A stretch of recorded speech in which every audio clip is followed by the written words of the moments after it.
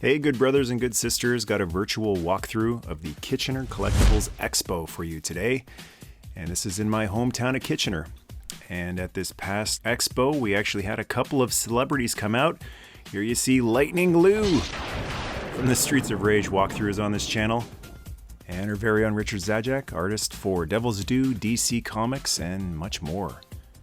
There was a plethora of toys, collectibles, from not just the 80s, but 90s, 70s, some 60s stuff as well. A lot of it still mint on card or mint in clamshell. Yo, Adrian! And here's some really vintage stuff. The $6 Million Man, which I thought this was a thermos for coffee. And a classic Milton Bradley James Bond game, Secret Agent 007. Sean Connery in Thunderball. And some older Marvel figures. Here's a Tom Holland figure. And a Topher Grace. No, that's Tom Hardy. Some classic Marvel Spider-Man figures. And some 90s X-Men figures. Master of Magnetism, Magneto. Really great shape for how old these cards are. And then some of the, we got some Transformers reissues, the mini-bots. There's Bumblebee, Tailgate, Swerve, who we took a look at on the channel in depth a while back. And the newer Marvel Legends are in the style of the 90s X-Men figures. So there's Silver Samurai, super articulated, but same type of card back. And a Storm figure. And there's Cable. Used to be a really cool character, now he's a fanny pack wearing racist, thanks to Fox. And an assortment of loose figures in little baggies and bins, always fun to be hunting, toy hunting through those bins. And it's not like a Canadian convention without some stubbies, eh? For all you hosers. There's Scooby-Doo. Plush Scooby-Doo. And Freddie Prinze Jr. and Matthew Lillard figures. Check this out, Flintstones ceiling fan. Did anybody have one of these? This thing is wild. Still in box, but it's a vintage item. And up top some Lego. It can't be. It can't be. And we've got Lamb Chop. So plush Lamb Chop.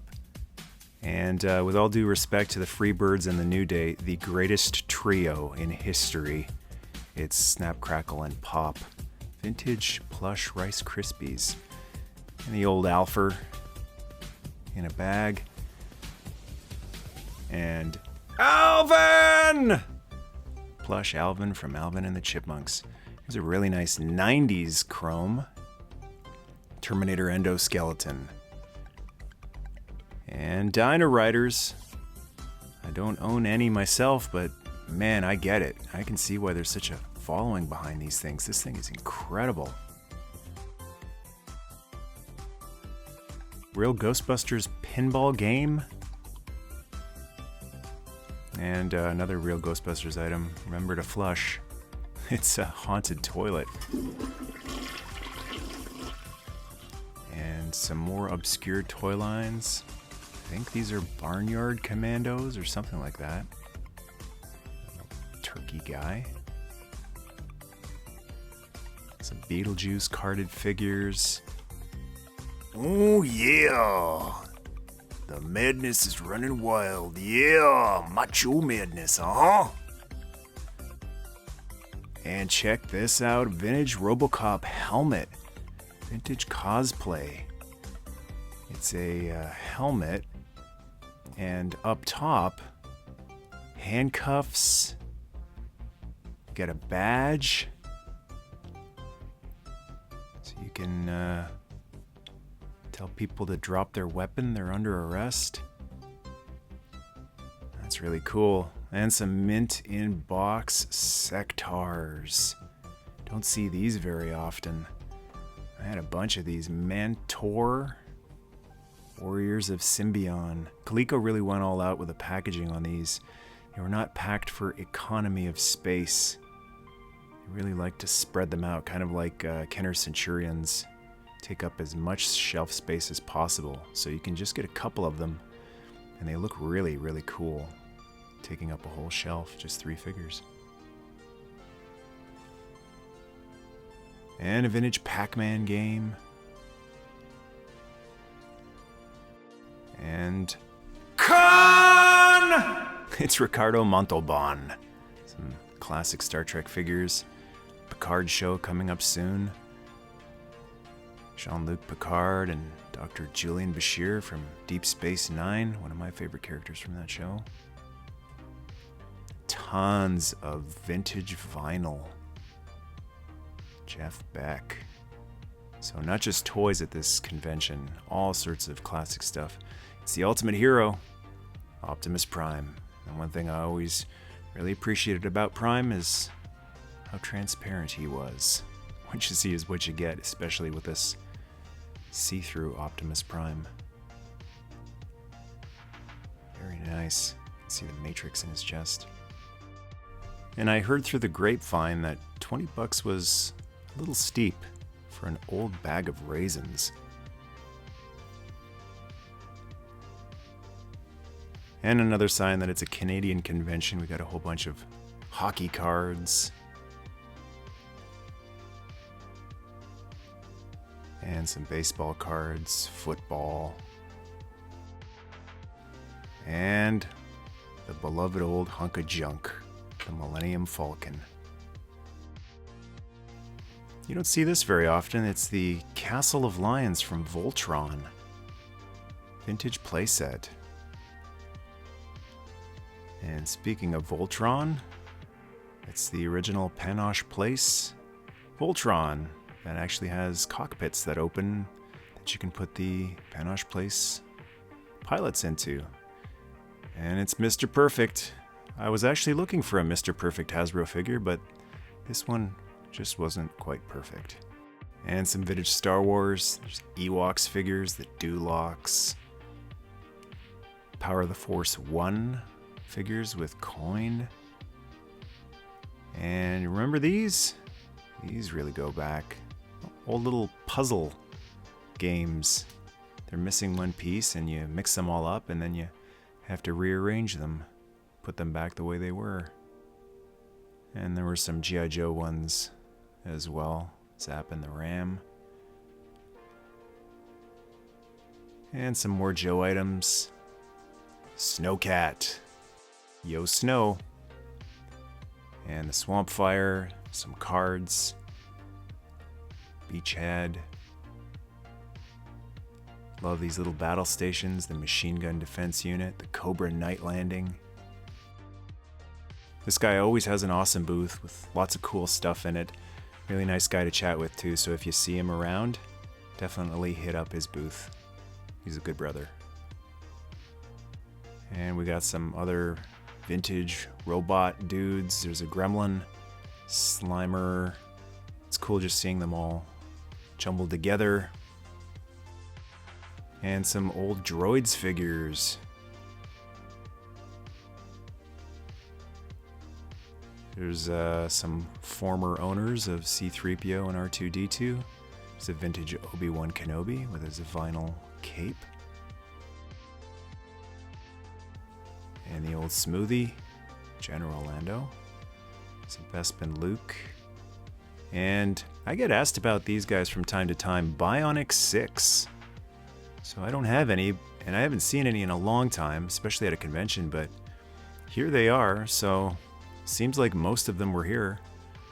So I thought I would go through this thing, and for the Bionic Six fans out there, check them out. Really cool thing about the Bionic Six figures that I remember was that they were heavier than your typical G.I. Joe figure, even though the construction was very similar. They have die-cast parts, which is cool since they're bionic, so actually having cold metal die-cast parts on them. Really adds to that bionic feel, and then they also have some see-through parts to them. Here's some of the villains. Couldn't tell you what all their names are, but one day we'll be looking at the Bionic Six on here. I thought I had found an Alan Alda figure. Unfortunately, it was just Klinger. So the search for an Alan Alda figure continues. And some vintage Remco Crystar. It'll always be Crystar to me. Crystar. These are just the villains. Always wanted just the hero, the main blue guy, but he commands a very high price. And let's start the Chuck Norris counter.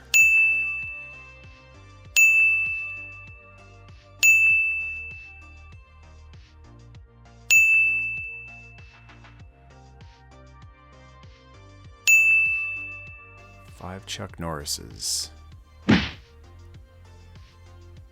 And a Starrier. This is another one that I never see. I had one when I was a kid. It was one of my favorite toys. The white guy. But this thing is awesome, and I actually did pick this up. This was one of the things I picked up at this convention. And some Masters of the Universe. There's good old Flying Fists He-Man with the chrome chest. Thunder Punch He-Man with a little bit of chrome chest. And Battle Armor He-Man. 12-inch G.I. Joes were there. These aren't really my thing. The Major Blood and Destro figures. I would have preferred 12-inch versions of the 82, 83, 84 characters.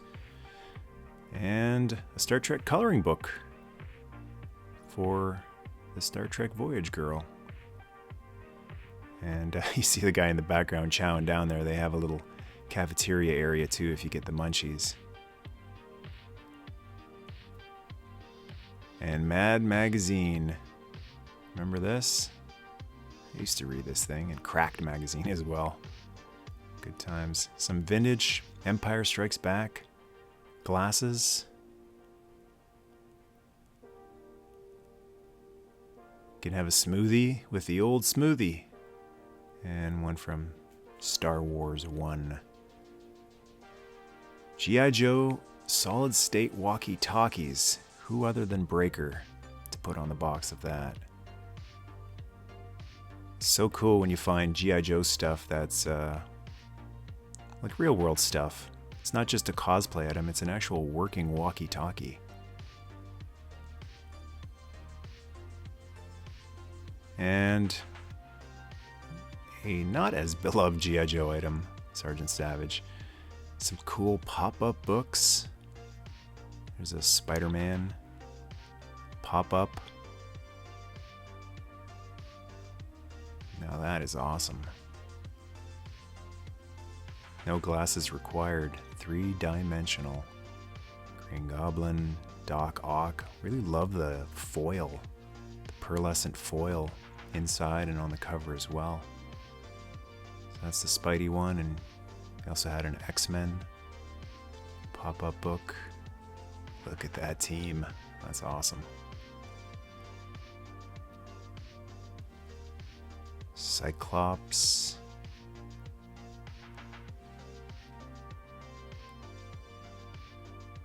Magneto. Yeah, that foil really pops. That's so cool. Love how the speech bubbles are elevated too. Storm. And it's a cool effect on Nightcrawler's eyes as well. And there was some, not necessarily 80s stuff or pop culture, but just hand-painted, vintage soldiers, vehicles, tanks, trucks. A lot of skill goes into these. And some famous movie and TV vehicles. Good old Ecto-1 by Jada, which I just took an in-depth look at recently on the channel. And the A-Team van. And the Bandits car. Iconic. And the fastest ride of all, the Oscar Mayer Wienermobile. And the General Lee from Dukes of Hazzard, #1. Here's a kit that I've never seen before. It looks a lot like the Kenner kit that comes with a Michael Knight figure, but it doesn't open up, and it is remote controlled. I don't know if it's an official kit though. It doesn't seem to have any Knight Rider markings on it, so it's like a vintage KO, but one of the cool features is the headlights actually pop in and out. And some cool vehicles that change into cool attack vehicles. Mask! There's a boxed Manta there, along with the Stinger, one of the bad guys' vehicles.